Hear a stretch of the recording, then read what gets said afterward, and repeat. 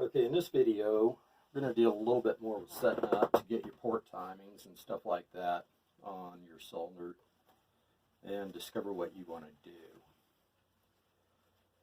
In this case, I've already taken my cylinder and I've turned the base, and I took around 6 or 7 thousandths off the base right here, placed it back on,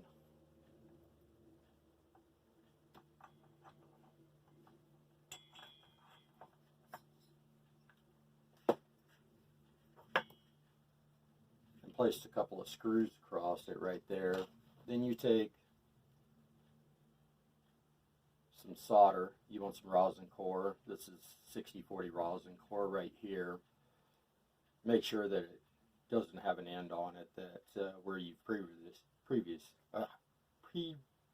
anyway, used it before. There, how's that? That way you can get an accurate reading on your squish.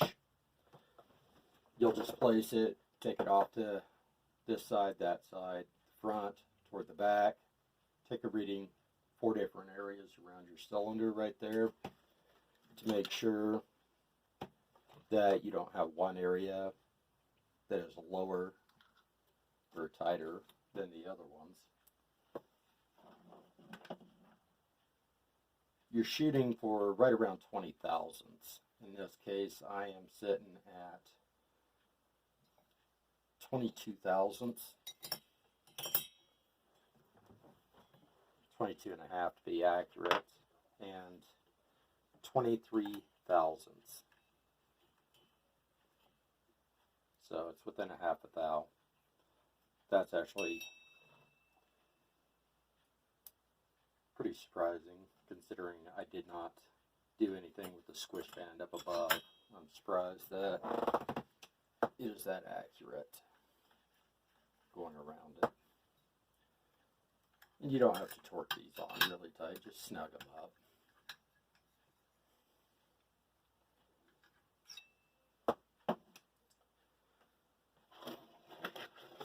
It's going to be a little bit difficult to actually use the board I normally set this up on. I need to make myself a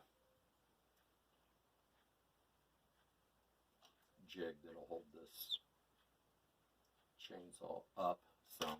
The problem being that when I install my degree wheel, I have to hang it over the edge of the table because it's so large, or either find a board to place it up on. Again, unfortunately, I use that board for something else, and I haven't replaced it yet.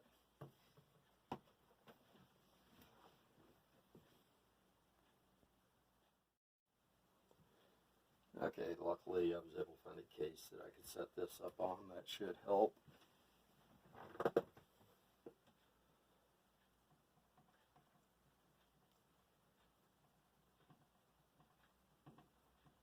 To set these up, to have a piston stop, a good solid piston stop actually really helps. And I'll demonstrate why here in just a second.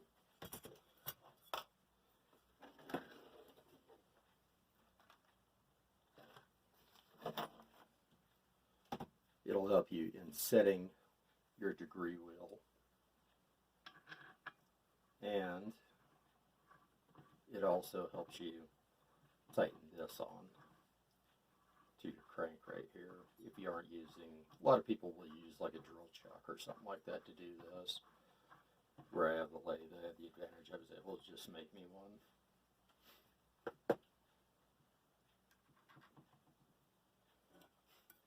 Just remember, when you do this, you're going to start, since this is in, it's obvious the piston cannot be at top dead center. So you want to set your bottom dead center.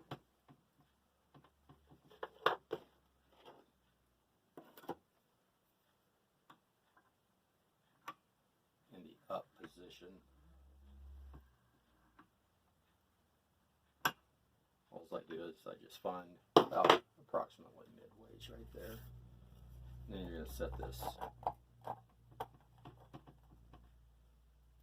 in the up position right there.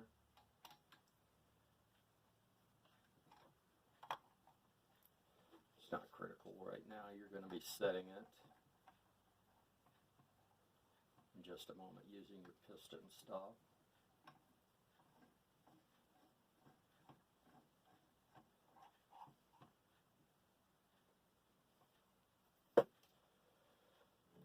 Then you'll want to get small flexible wire. It's just a little wire I bought down at Lowe's. Take and set a screw somewhere. Doesn't matter where, just as long as you can get the arm to come over to where you want it to.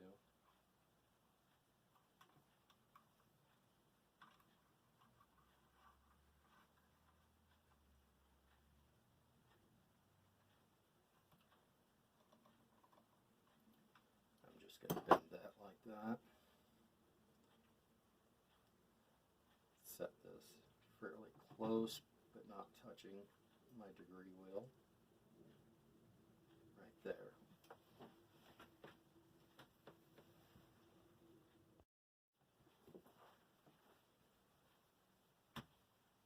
Once you have that set, your piston stop is always going to stop you on either side before top dead center the same. So you come around, take your first reading, read from top dead center on around, in this case I'm 62 degrees.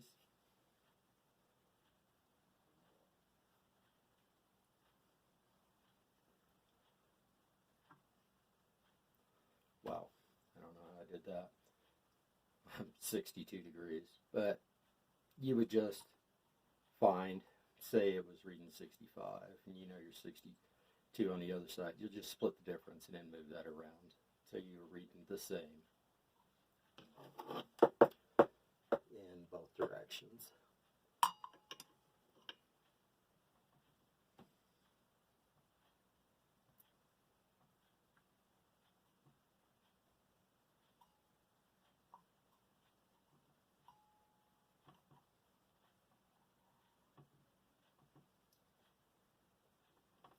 Kind of snug your wheel up. Bring that around to what you were looking for. In this case, 62 degrees. Might read differently because of the camera angle that you were on. And bring it back around. And double check again. Again, 62 degrees. So now we know where our top dead center is going to be and our bottom dead center is going to be, and we're going to start working with your degrees, and you're going to start figuring. You can do it two different ways. You can do your measurements by straight out by degrees, or you can do it by duration. In this particular case, I'm going to be doing it by duration, and that's going to be from the time that a port opens till the time that port closes.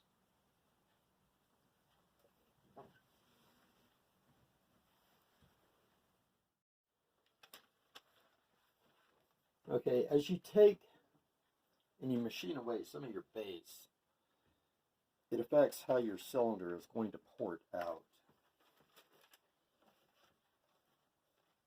I know I talked about some previous numbers on it and what I intended to do. In this case, I am trying to get right around 160 degrees on my exhaust duration. My transfer ports, I'm trying to get them at about 120 degrees duration, and my intake, I'm trying to get right around 150 degrees duration on my intake. So in this case right here, to get your intake reading duration times, all you are going to do is just look right through your intake right here.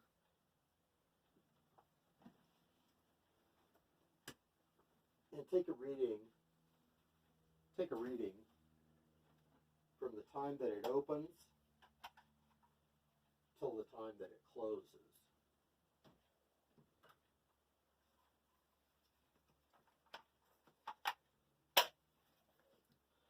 So in this particular case, I am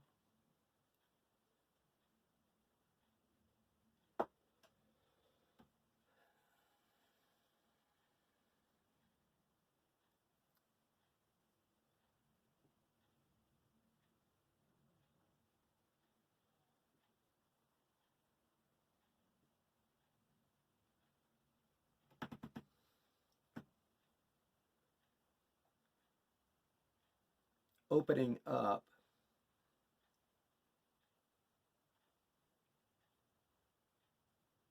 right at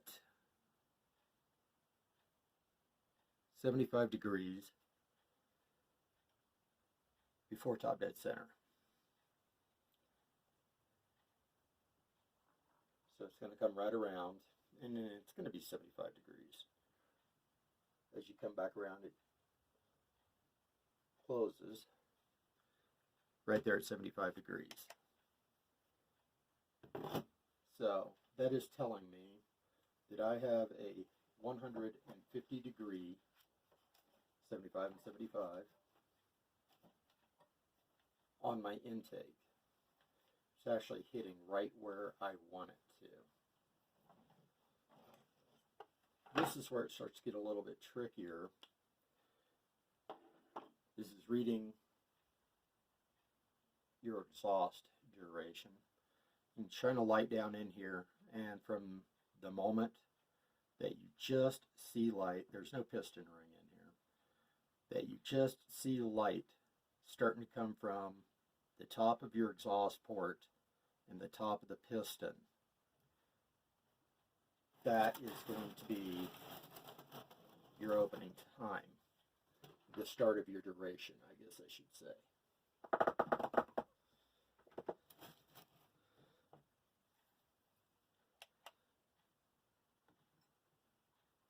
It's actually easier if you darken the room just a hair, but in this case,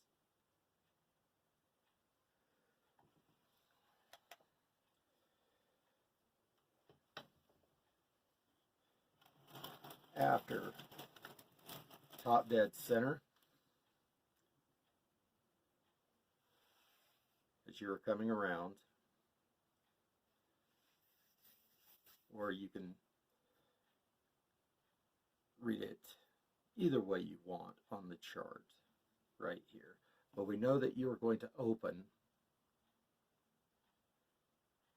right at 100, let's see, 90, 103 degrees after top dead center. Or you can count it back this way. In this case, that's giving me 77 degrees. Now you take 77 because you know that as it comes around before bottom dead center, you come around 77, 77, 77. So you're just going to add the two together, and that's going to give you 154 degrees of duration. Well, we already said that we have 150 degrees of intake duration. It's nice to see right around 10 degrees in between the intake and the exhaust. You want more on your exhaust time than you do on your intake. So in this case, I am having to bring it another 6 degrees or an additional 3 degrees, whichever way you want to look at it, right here, and have it, let's call it, I want 160 degree duration. I want it to open right at 100 degrees after top dead center, or either 80 degrees before bottom dead center, which gives you the same thing. You'd have your 80 and then your 80, which would give you 160 degrees on your exhaust. Some people like more time on their exhaust duration. They'll open it up even further. This is going to give it a little bit more toward the torque side on this saw. So that's why I am going to raise that up to that point. The easiest way to mark this in your cylinder, so you can tell exactly where you need to raise it up to and remove from the top of your opening in here, is actually to use a piston ring.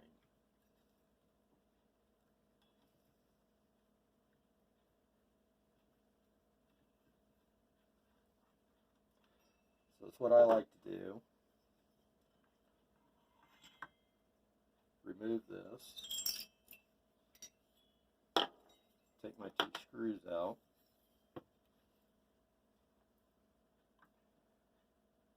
Drop this down to bottom dead center, right here. Let's see if I can find my ring right here.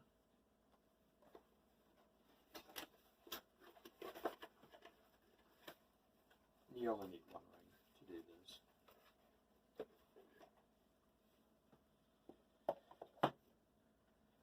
Clean your ring off well.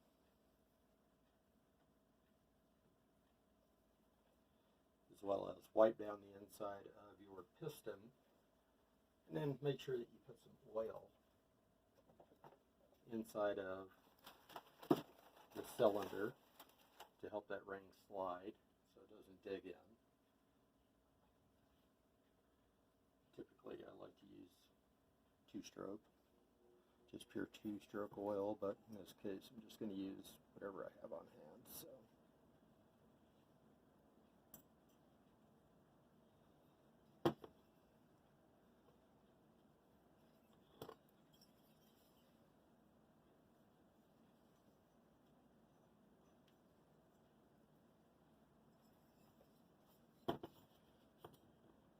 Find a spot that you can put your ring that it's not going to hit one of your port openings on the ends right here with the open ends. And this is actually going to be right in between the side of the exhaust and then the side of the transfer port in there. Just go ahead and push it up in there just little ways. In this case, I'm pushing it up in like that right there. Gently place it back onto your saw and push it down.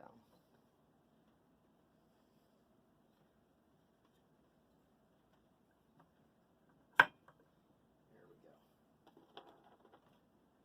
Once again,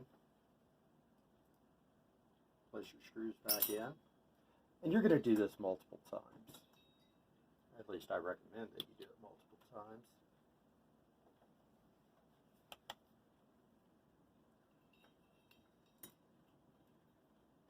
That way you are going to ensure that you have an accurate reading. Sorry, I'm going to have to turn this, guys. Camera's in my way here.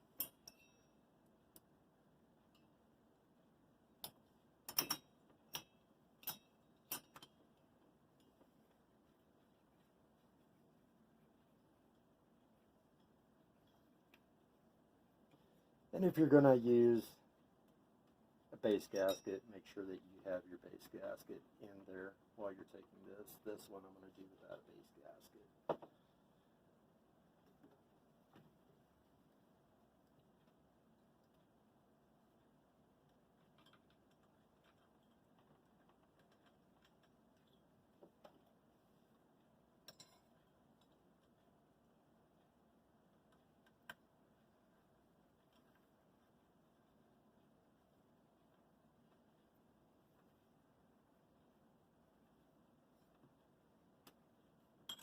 Just snug it up. You don't have to torque them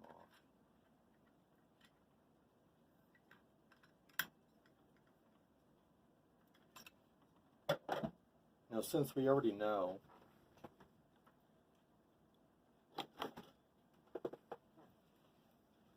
that we are 160-degree duration, again, that is bringing us back to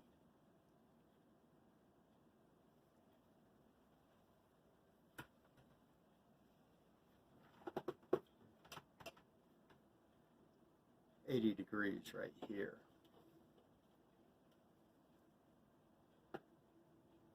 One way or the other.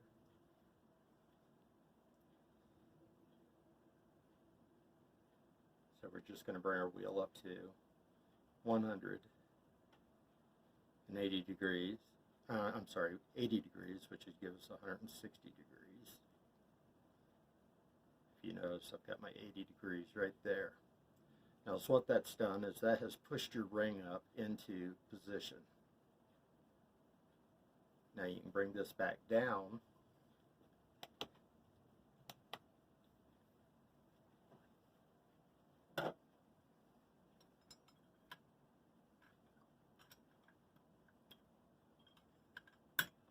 And remove your cylinder.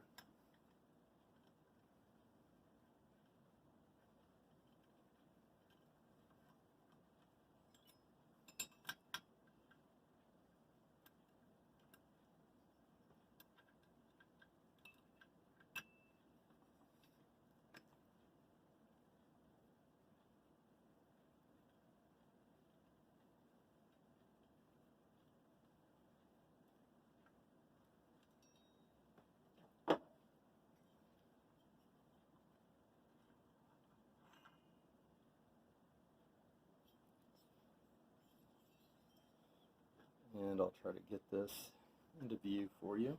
Try to get some light in there. Hopefully you'll be able to see it. But you can see how my ring is pushed up past the top of my exhaust port right there. At this time, you can spray a little brake cleaner in there or something like that, remove the oil from that spot. And it's what I like to do. So I take a Sharpie marker and I mark right up against where that ring is right there. And that tells me how far I need to raise the top of that exhaust port when I'm porting it. I'll just port up to the top of my mark, and when the mark is gone, then I know I'm there. Everybody does it a little bit different. That's how I prefer to do it.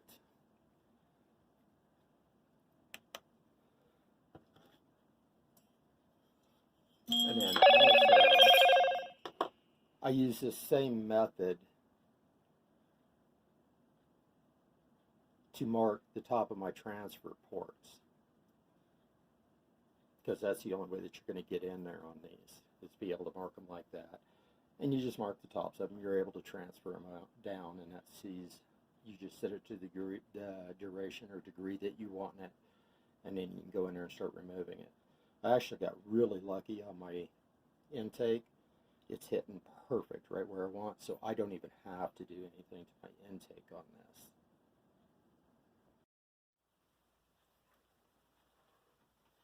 Okay, now in this case, I've done the same thing. I've placed my ring partially up in there, just below where my transfer ports start. Again, I'm at bottom dead center here, roughly, with my piston.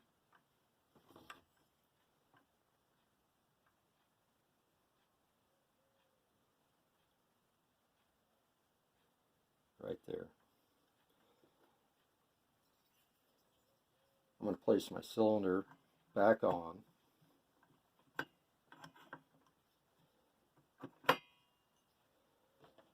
And once again, just put a couple of bolts into it to hold it into place.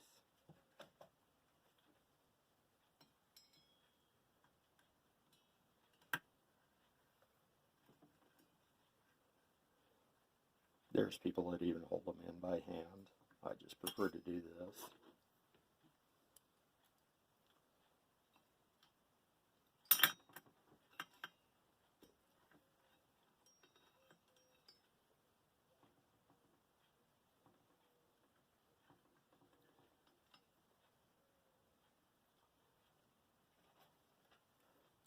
So much easier when there's not a camera there. Sorry, folks.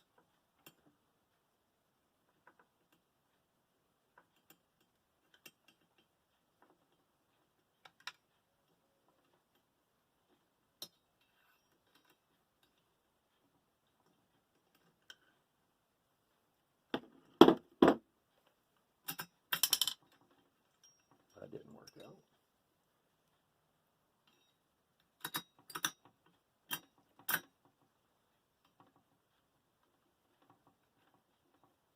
There we go.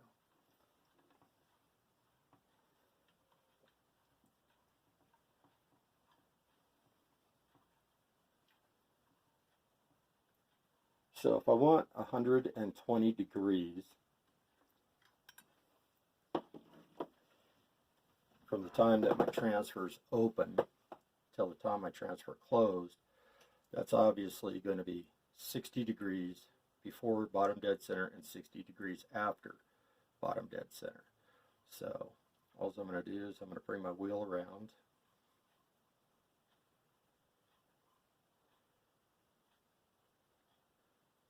To my 60 degree mark right there, then go right back to bottom dead center, removing that piston out of the way, just like we did the exhaust ports. Remove the screws.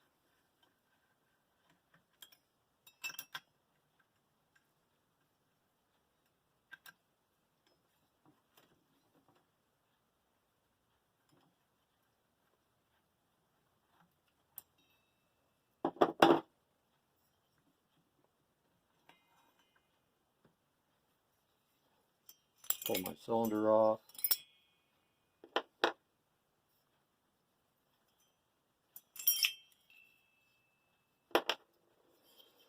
And once again, just like you were doing on the exhaust port, you're able to look in there and mark the bottom of that ring,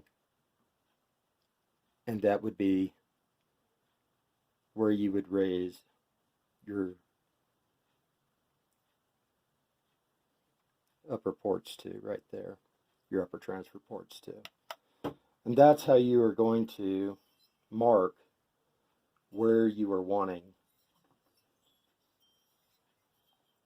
Then you can start coming in with whatever tool you're going to use. I mean, in this case, when I can reach through the intake and do anything, or through the exhaust, I just use a straight, this is a dental tool right here. And then for getting inside of my upper transfer ports, it can be done going straight in. It's just very difficult to do. I've done it though with the Dremel tool, but it gets a little tight. You can't really reach back in there to shape the intake. I'm sorry, the upper transfer port the way that you want it to. So in this case,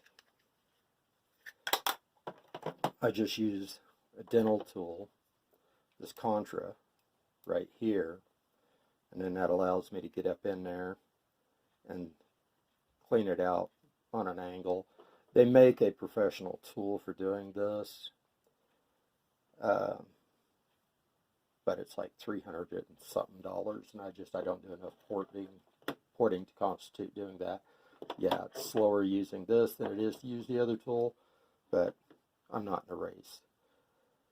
Now with the timings that I'm using on this cylinder right here, this is not going to be a race saw. It's not a heavy torque saw. It's giving me more torque than what I would have had before, but it is giving me a quicker response, and it's going to definitely bring my compression up, where I have brought this base down to 22 thousandths, 23 thousandths on my squish. And then once again on my cylinders, I just plug off the decomp port right here. I don't see a need for it on a saw this size, as long as you understand that when you go to start a saw like this with a little bit higher compression, don't just grab your starter rope and yank. Bring it up till you feel resistance where it's starting to engage, and then pull from there, and your starter will be fine and your saw will be fine. The pistons I'm sorry, the cylinders that port out of the side, like the 372 OE does, is less prone to do this. But the ones that have the decomp, decomp that come out of the top, they never fully close. There's always just a little residual leak around them. And it causes you just a minor loss in power and stuff like that. I mean, if you want the decomp, that's fine. Go ahead and put the decomp in. I just don't find need for them. I'm able to start these saws easily enough as is. Anyway, you can see, I don't know if you can see this very well, but if you look right here where my thumb is, I started blending that a little bit to help the fuel and the air get into those transfer ports at the bottom. And then, like I say, I took some off right here, brought the squish down onto it.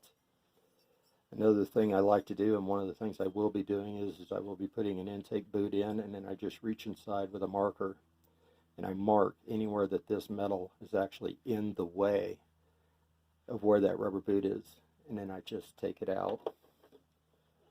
Simply take it out on the intake side. Then on the exhaust side, I lay a gasket up here again, and I mark it to the opening size of the gasket, and I relieve that fully. Then after I have ported, I come back in and I smooth it. This one's been smoothed a little bit inside, and then I polish the exhaust port up. Get it as smooth as I can so you don't have a problem with carbon buildup on that right there. And then keep in mind one thing also, if you're dealing with a cylinder that has these skirts right here, if you take too much off right here, you have to make sure that the piston and the rod are fully capable of going around and around, because every now and then you can actually have them hit right here, and you have to do a little relief right here on the cylinder in order to let the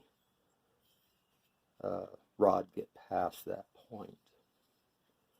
Anyway, this is the beginning. I will be doing some porting, and I'll try to get that on video as I'm taking some of that out, and eventually the startup and running of this saw, and let you see how it does.